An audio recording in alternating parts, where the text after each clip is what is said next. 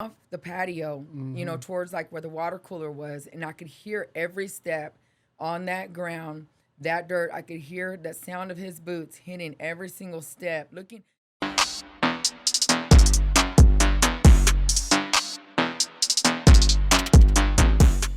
and I just remember one night, like I said, my dad would leave. I remember this day very clearly. I remember coming home from school. For some reason that day, I just didn't feel good. And I remember walking in the house. We roamed the streets all the time because my dad didn't really too much care to where we were at. I remember coming home. I remember seeing my dad on the bed, blow drying his hair, and he was getting ready to go out. I remember telling him that I don't feel good.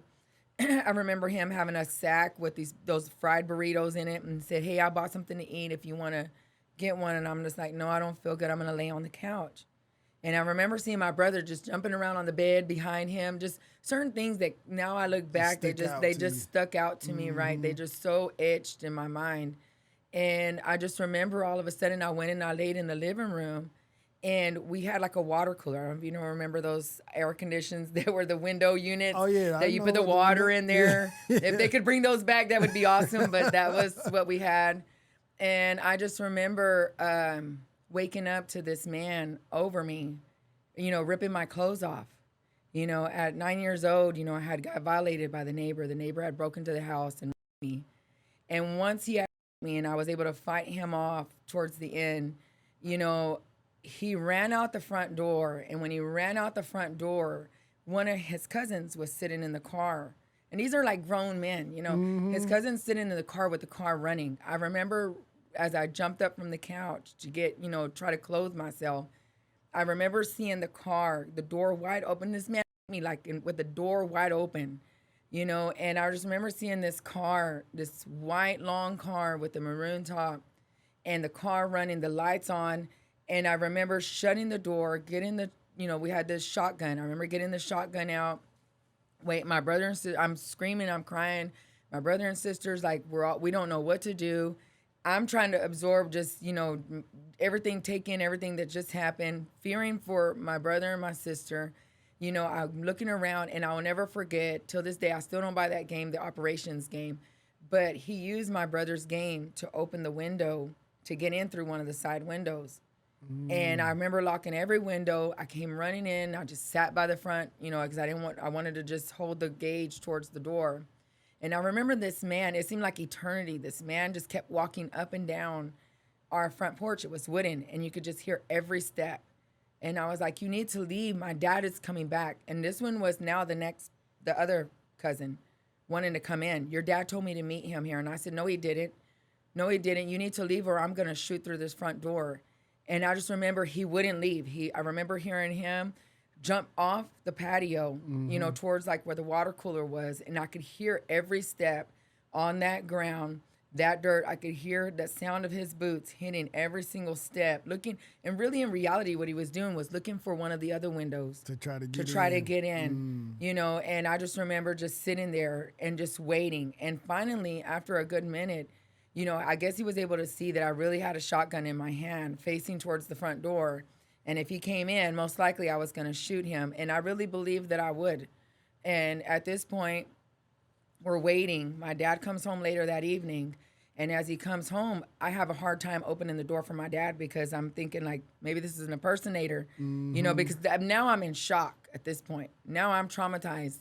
Now I can't even differentiate the voice of my dad from the voice of this man until my dad begins to threaten that he's going to beat the crap out of me. And then when I start hearing that, I knew it was my dad. I Yeah, knew, yeah. his correction, I guess you could say. And I opened the door, and when he saw me, that's when he realized something had happened. And he grabbed that shotgun from me. And I remember him flying up and down the streets looking for this individual that had violated me. I remember having to get my brother and sister, go into the police station, and them doing the kit, them doing taking pictures of my body, taking different, samples out of my nails and just different things that they had to do.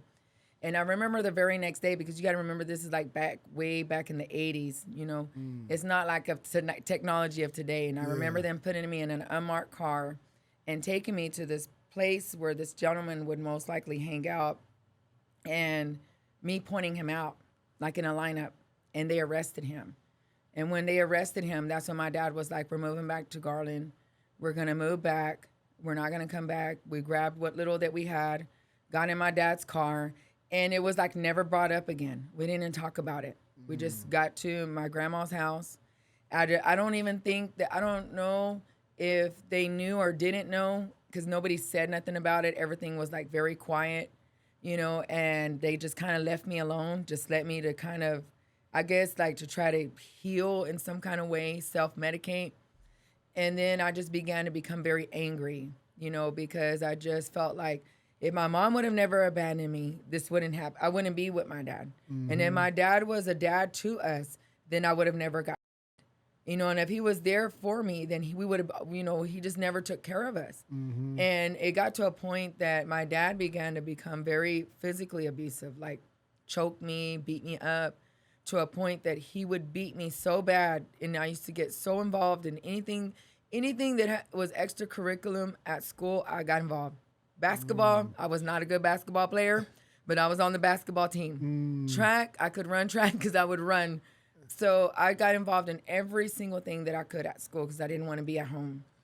The abuse was so horrible that it began to bring like problems with my dad and his brothers. Yeah. And where they would physically have physical altercations because like one of my uncles could get home and my dad's choking me out and beating the daylights out of me and just wouldn't let up. So then they'd start fist fighting because he would walk in on my dad just beating me up. My dad had a very strong anger problem. And anything that went wrong, he could come home in a bad mood and just go to town on me, And I just got to a point where I couldn't even dress out at school anymore, because of just the bruises and the whelps on my back, legs, arms, hands. Let me ask you a question. Were any of your brother or sister, were they getting beat as well? Or was it just because you were the oldest? Or? I think because I was the oldest, they would get spanked, but not like that. Not like that. I got to a point where I think I couldn't hide it anymore because the last time that my dad beat me so bad, I had just this big old whelp over my face from the belt. And he had hit me so hard that it busted the blood vessels in my face that it created like a whelp, like literally like a scab over my whole face.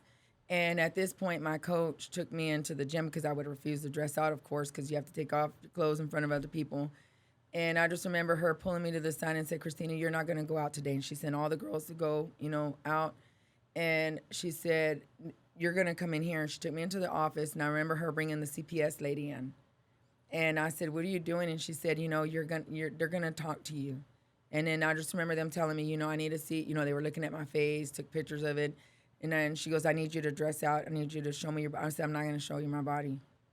And I just kept going on. And you're going to have to, I said, I'm not going to show you my body.